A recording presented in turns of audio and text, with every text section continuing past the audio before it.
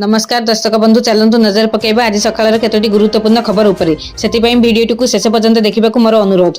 भिडियोटी भल लागिले भिडियोटी को लाइक करी चैनल को सब्सक्राइब करी कमेंट माध्यम रे जणांतु आपण माने हम भिडियो केउ जिल्ला रु देखुछंती। कैंसर पई संपूर्ण मागणा चिकित्सा शामिल हैला 91टी पैकेज। मोहन सरकार को बड़ घोषणा। राज्य रे कर्कट रोगी मानन को अधिक व्यापक समय उपयोगी और उन्नत मानर चिकित्सा सुविधा जोगाई देबा दिगरे ओडिशा सरकार आउ एक ऐतिहासिक पदक्षेप ग्रहण करछंती। मुख्यमंत्री कैंसर केयर अभियान अधीन अतिरिक्त 91टी कैंसर चिकित्सा पैकेज को आयुष्मान भारत, प्रधानमंत्री जन आरोग्य योजना और गोपबंधु जन आरोग्य योजनार संबंधित पैकेज मास्टर रे स्वतंत्र राज्य पैकेज भावे शामिल करा जायछि। एहा फଳରେ राज्यर कैंसर रोगी माने अधिक संख्यक जटिल चिकित्सा सेवा को संपूर्ण देयमुक्त भावे पाई परिबे बोली कहिसेंती स्वास्थ्य और परिवार कल्याण मंत्री मुकेश मालिन। स्वास्थ्य मंत्री कहिसेंती जे कैंसर पई राज्य सरकार निज उद्यम देयमुक्त चिकित्सा जोगाई देबे। 2026 रु 27 बजेट रे एथि निमंते 311 कोटी व्यय बराद करा जायछि। परवर्ती खबर पाठ पढ़ाइले कलेक्टर एसपी पिला पढ़िले फिजिक्स गणित। जो राज्य रे शिक्षा स्वास्थ्य व्यवस्था जेते उन्नत जे राज्य सेते समृद्ध सेठिकार लोके सेते सुरक्षित एहा को अनुभव करिसेंती कलेक्टर एसपी सारे। सेति पई सप्ताह को अंततः थरे जाई स्कूल बुली पिलांको को पाठ पढाउछंती सेमानंको मनोबल बढ़ाउछंती। कंधमाल जिलापाल ओ एसपी को कथा जे प्रति सोमवार स्कूल जाई पिलांको पाठ पढाइबा सह सेमानंको कैरियर काउंसलिंग करूछंती। एहा सह स्कूल सुविधा असुविधा निजे परखुछंती। कंधमाल जिला शिक्षा व्यवस्था रे सुधार आनिबा एवं विद्यालय गुड़िकर शिक्षादान मान वृद्धि करने लक्ष्य रे आरंभ होइतिबा टेज कंधमाल गठन होइछि। एही कार्यक्रम अधीन रे फुलबाणी टाउन और फुलबाणी ब्लॉक रे थिबा 29 उच्च विद्यालय और उन्नत उच्च विद्यालय को गस्त करथिले।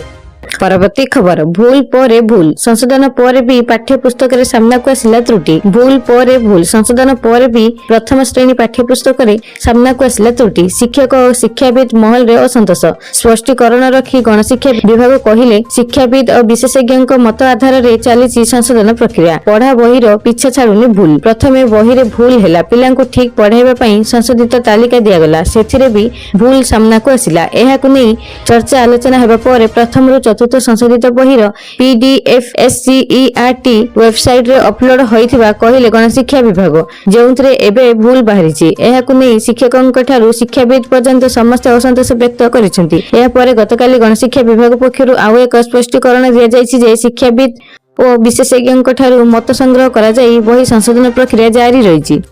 परवर्ती खबर युववर्ग को बुझासुझा कर शांत कराओ। विरोध प्रदर्शन समय रे आईन श्रृंखला रक्षाकारी संस्था गुड़िक संयमता अवलंबन करने सह युववर्ग को बुझासुझा कर शांत करने उचित बोली बुधवार सुप्रीमकोर्ट गुरुत्वारोप करिसेंती। जदियो केतेक विपदगामी व्यक्ति ढेलामाड़ भली हिंसा रे सामिल हुअंती तथापि सरकारी शक्तिर आक्रामणात्मक मनोभाव स्थिति को आउरी जटिल करिपारे। गत जुलाई 20 रे अनुष्ठित संसद चाल पदयात्रा समय हिंसा उस्काइथिबा आयोजकक विरोध रे कार्यानुष्ठान दाबी करी दायर आवेदन रे शुनानी करी प्रधान विचारपति सूर्यकांत, जस्टिस जयमाल्य बागची और जस्टिस भी मोहनांक खंडपीठ यह कहिसेंती।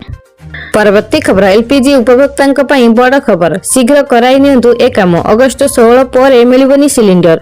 प्रधानमंत्री उज्ज्वला योजना अधीन रे आपण एलपीजी गैस सिलिंडर आउथांती किंबा आपणक पाखरे साधारण घरे गैस संजोग थाए ताहले ईकेवाईसी बाध्यतामूलक। एलपीजी ईकेवाईसी करबा पई आपणक केउठी की जिबार आवश्यकता नहीं। घरे बसी आपण खूब सहज रे ए काम संपन्न करि परिबे। जदि अगस्त 16 तारिख भितरे ईकेवाईसी अपडेट न करांती ताहले पर आपणक गैस कनेक्शन मिलिबा कष्टकर होई जिवो। कहबाकू गले रोषेई गैस सिलिंडर बिना घर अचल। वर्तमान प्राय प्रत्येक घरे एलपीजी गैस सिलिंडर रही। सरकार सब्सिडी माध्यम रे साधारण लोकन को घरे एलपीजी गैस जोगाई आसुचंती। योग्य उपभोक्तांक पाखकू ही सिलिंडर पहुंचबा सुनिश्चित करबा पई तैल कंपनी गुड़िक केवाईसी को बाध्यतामूलक करिसेंती।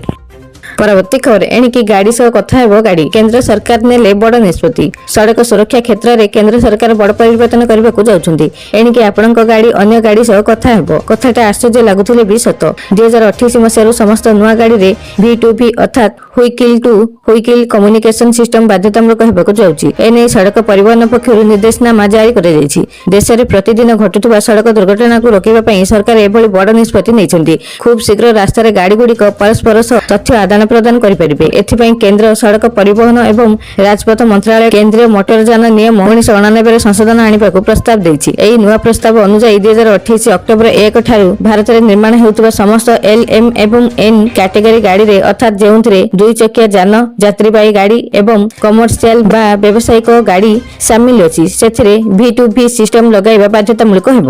ଏହା ସହିତ 2027 ଅକ୍ଟୋବର 1 ଠାରୁ ଯେଉଁ ଗାଡ଼ିରେ ଏହି ସିଷ୍ଟମ ଲାଗିବ ତାହା ଭାରତର ନୂଆ ବୈଷୟିକ ମାନଦଣ୍ଡ AIS 230 ନିୟମ ମାନିବାକୁ ପଡ଼ିବ। ଏହା ଦ୍ୱାରା କେବଳ କାର ନୁହେଁ ବରଂ ବସ୍, ଟ୍ରକ୍ ଏବଂ ବାଇକ୍ ମଧ୍ୟ ଗୋଟିଏ ଡିଜିଟାଲ କନେକ୍ଟେଡ୍ ଟ୍ରାନ୍ସପୋର୍ଟ ଇକୋସିଷ୍ଟମର ଅଂଶ ପାଲଟିବେ।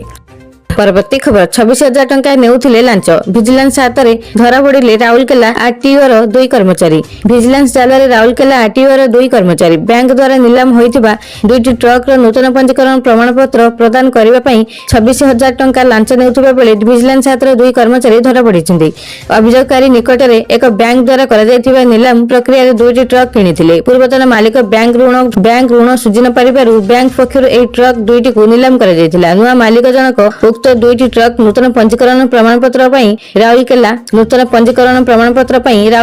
RTO କାର୍ଯ୍ୟାଳୟରେ ଆବେଦନ କରିଥିଲେ। ମାତ୍ର ଅଭିଯୋଗକାରୀଙ୍କ ବାରମ୍ବାର ଅନୁରୋଧ ସତ୍ତ୍ୱେ ବିଲିଂ କିରାନୀ ନିରଞ୍ଜନ ଷଣ୍ଢ ଏହି ଫାଇଲକୁ ଆଗକୁ ନେଇ ନଥିଲେ। ନୂଆ ପଞ୍ଜୀକରଣ କରିଦେବା ପାଇଁ ସେ ଗୋଟିଏ ଟ୍ରକ୍ ପିଛା 13,000 ଟଙ୍କା ହିସାବରେ ମୋଟ 26,000 ଟଙ୍କା ଲାଞ୍ଚ ଦାବି କରିଥିଲେ।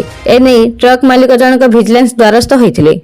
ପରବର୍ତ୍ତୀ ଖବର ଏଲନିନୋ ନେଇ ଜାତିସଂଘର ଭୟଙ୍କର ଚେତାବନୀ, ଭୋକରେ ଆଉଟପାଉଟ ହେବେ 4 କୋଟିରୁ ଅଧିକ ଲୋକ। ଏଲନିନୋକୁ ନେଇ ବଢିଲା ବିଶ୍ୱ ଚିନ୍ତା। ମିଳିତ ଜାତିସଂଘର ୱାର୍ଲଡ ଫୁଡ ପ୍ରୋଗ୍ରାମ ବା WFP ବୁଧବାର ଏକ ଚିନ୍ତାଜନକ ରିପୋର୍ଟ ଦେଇଛି। ସଂସ୍ଥା କହିଛି ଶକ୍ତିଶାଳୀ ଏଲନିନୋ ପ୍ରଭାବ ଯୋଗୁଁ ଆସନ୍ତା ବର୍ଷ ଶେଷ ସୁଦ୍ଧା ଏକ ବଡ଼ ଖାଦ୍ୟ ସଂକଟ ଦେଖାଦେବ।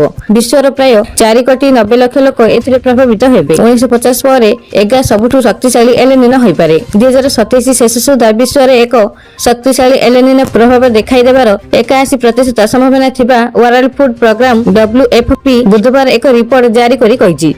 ପରବର୍ତ୍ତୀ ଖବର ବ୍ରିକ୍ସ ଶିକ୍ଷାମନ୍ତ୍ରୀଙ୍କ ବୈଠକ ପାଇଁ ଭୁବନେଶ୍ୱରରେ ପହଞ୍ଚିଲେ ଅନ୍ତର୍ଜାତୀୟ ପ୍ରତିନିଧି। ଦକ୍ଷତା ବିକାଶ, ଗବେଷଣା ଓ ଷ୍ଟାର୍ଟଅପ୍କୁ ଦିଆଯିବ ଗୁରୁତ୍ୱ। ଚଳିତ ବର୍ଷ ଭାରତ ବ୍ରିକ୍ସ ରାଷ୍ଟ୍ର ଗୋଷ୍ଠୀର ଅଧ୍ୟକ୍ଷତା କରୁଛି। ଏହି କ୍ରମରେ ଭୁବନେଶ୍ୱରରେ ବ୍ରିକ୍ସ ଶିକ୍ଷାମନ୍ତ୍ରୀମାନଙ୍କର ତ୍ରୟୋଦଶ ବୈଠକ ଏବଂ ତୃତୀୟ ବ୍ରିକ୍ସ ବରିଷ୍ଠ ଅଧିକାରୀମାନଙ୍କର ବୈଠକ ଅନୁଷ୍ଠିତ ହେଉଛି। ଶିକ୍ଷା ମନ୍ତ୍ରାଳୟ ଦ୍ୱାରା ଆୟୋଜିତ ହେଉଥିବା 5ରୁ 7 ତାରିଖ ପର୍ଯ୍ୟନ୍ତ ଅନୁଷ୍ଠିତ ହେଉଥିବା ଏହି 2ଟି ବୈଠକରେ ଯୋଗଦେବା ଲାଗି ଭୁବନେଶ୍ୱରରେ ବ୍ରିକ୍ସ ସଦସ୍ୟ ରାଷ୍ଟ୍ରର ପ୍ରତିନିଧିମାନେ ଆସି ପହଞ୍ଚିଥିଲେ। ଶିକ୍ଷା ମନ୍ତ୍ରୀମାନଙ୍କର ମୁଖ୍ୟ ବୈଠକ ଆସନ୍ତା 7 ତାରିଖରେ ଅନୁଷ୍ଠିତ ହେବ। କେନ୍ଦ୍ର ଶିକ୍ଷାମନ୍ତ୍ରୀ ପ୍ରହ୍ଲାଦ ଯୋଶୀ ବୈଠକରେ ଅଧ୍ୟକ୍ଷତା କରିବାର କାର୍ଯ୍ୟକ୍ରମ ରହିଛି। ପରବର୍ତ୍ତୀ ଖବର 2027 ଦିନିକିଆ ବିଶ୍ୱକପକୁ ନେଇ ଆସିଲା ବଡ଼ ଅପଡେଟ୍। ସିଡ୍ୟୁଲ ଘୋଷଣା କଲା ICC। ଆସନ୍ତା ବର୍ଷ ଖେଳାଯିବାକୁ ଥିବା 2027 ଦିନିକିଆ ବିଶ୍ୱକପର ସିଡ୍ୟୁଲକୁ ନେଇ ବଡ଼ ଅପଡେଟ୍ ସାମ୍ନାକୁ ଆସିଛି। ଆନ୍ତର୍ଜାତିକ କ୍ରିକେଟ ପରିଷଦ ଟୁର୍ଣ୍ଣାମେଣ୍ଟର କ୍ୱାଲିଫାୟର ପର୍ଯ୍ୟାୟର ତାରିଖ ଘୋଷଣା କରିଛି। 10ଟି ଦଳକୁ ନେଇ ଖେଳାଯିବାକୁ ଥିବା କ୍ୱାଲିଫାୟର ମ୍ୟାଚ 2027 ଫେବୃଆରୀ 22ରୁ ମାର୍ଚ୍ଚ 23 ମଧ୍ୟରେ ଅନୁଷ୍ଠିତ ହେବ। ପରବର୍ତ୍ତୀ ଖବର ବାସ୍ ଆଉ ମାତ୍ର 7 ଦିନ, ଦିନରେ ଗାୟବ ହୋଇଯିବ ସୂର୍ଯ୍ୟ, ଚାରିଆଡେ ଘୋଟି ଆସିବ ଅନ୍ଧାର। ହଠାତ୍ ଚାରିଆଡେ ଅନ୍ଧାର ଛାଇଯିବ, ପୁରା ଆକାଶ ଶାନ୍ତ ହୋଇଯିବ ଏବଂ ତାପମାତ୍ରା ହଠାତ୍ କମିଯିବ। ସେହି ସମୟର ବିଷୟରେ ଯେତେବେଳେ ପୃଥିବୀରେ ସୂର୍ଯ୍ୟଙ୍କ କିରଣ ପହଞ୍ଚି ପାରେ ନାହିଁ, ଅର୍ଥାତ୍ ସୂର୍ଯ୍ୟଗ୍ରହଣ ସମୟରେ। ଆଉ 7 ଦିନ ପରେ ବିଶ୍ୱର ବିଭିନ୍ନ ଅଞ୍ଚଳରେ ଏଭଳି ଦୃଶ୍ୟ ଦେଖିବାକୁ ମିଳିବ। 12 ଅଗଷ୍ଟ 2026 ବୁଧବାର ଦିନ ବର୍ଷର ଦ୍ୱିତୀୟ ଏବଂ ସବୁଠାରୁ ବଡ଼ ସୂର୍ଯ୍ୟଗ୍ରହଣ ହେବାକୁ ଯାଉଛି। ଏହା ଏକ ସମ୍ପୂର୍ଣ୍ଣ ସୂର୍ଯ୍ୟଗ୍ରହଣ ହେବ, ଅର୍ଥାତ୍ ଚନ୍ଦ୍ର ସୂର୍ଯ୍ୟଙ୍କୁ ସମ୍ପୂର୍ଣ୍ଣ ଭାବେ ଢାଙ୍କିଦେବ ଏବଂ ଦିନ ବେଳେ ରାତି ଭଳି ଦୃଶ୍ୟ ସୃଷ୍ଟି ହେବ। ଯଦି ସମ୍ପୂର୍ଣ୍ଣ ସୂର୍ଯ୍ୟଗ୍ରହଣ ବିଷୟରେ କଥା ହେବା ତେବେ କୁହାଯାଏ ଯେ ଏହା ଦ୍ୱିତୀୟ ଥର ହେବ ଯେତେବେଳେ ଚନ୍ଦ୍ର ସମ୍ପୂର୍ଣ୍ଣ ଭାବେ ସୂର୍ଯ୍ୟଙ୍କୁ ଢାଙ୍କିଦେବ। ଏହା ପୂର୍ବରୁ ପ୍ରାୟ 30 ବର୍ଷ ଆଗରୁ ଅର୍ଥାତ୍ 11 ଅଗଷ୍ଟ 1999ରେ ୟୁରୋପରେ ଏଭଳି ଦୃଶ୍ୟ ଦେଖାଯାଇଥିଲା। କିନ୍ତୁ ସ୍ପେନ୍ ପାଇଁ ଏହା ଏକ ଐତିହାସିକ ଘୋଷଣା ହେବ, କାରଣ ସ୍ପେନରେ ଶେଷ ଥର ପାଇଁ ଏଭଳି ଦୃଶ୍ୟ 1905 ମସିହାରେ ଦେଖାଯାଇଥିଲା। ଆଗକୁ ଏଇଭଳି ଗୁରୁତ୍ୱପୂର୍ଣ୍ଣ ଖବର ବା ଅଧିକ ସୂଚନା ପାଇଁ ଆମ ସହିତ ଯୋଡ଼ି ହୋଇ ରୁହନ୍ତୁ।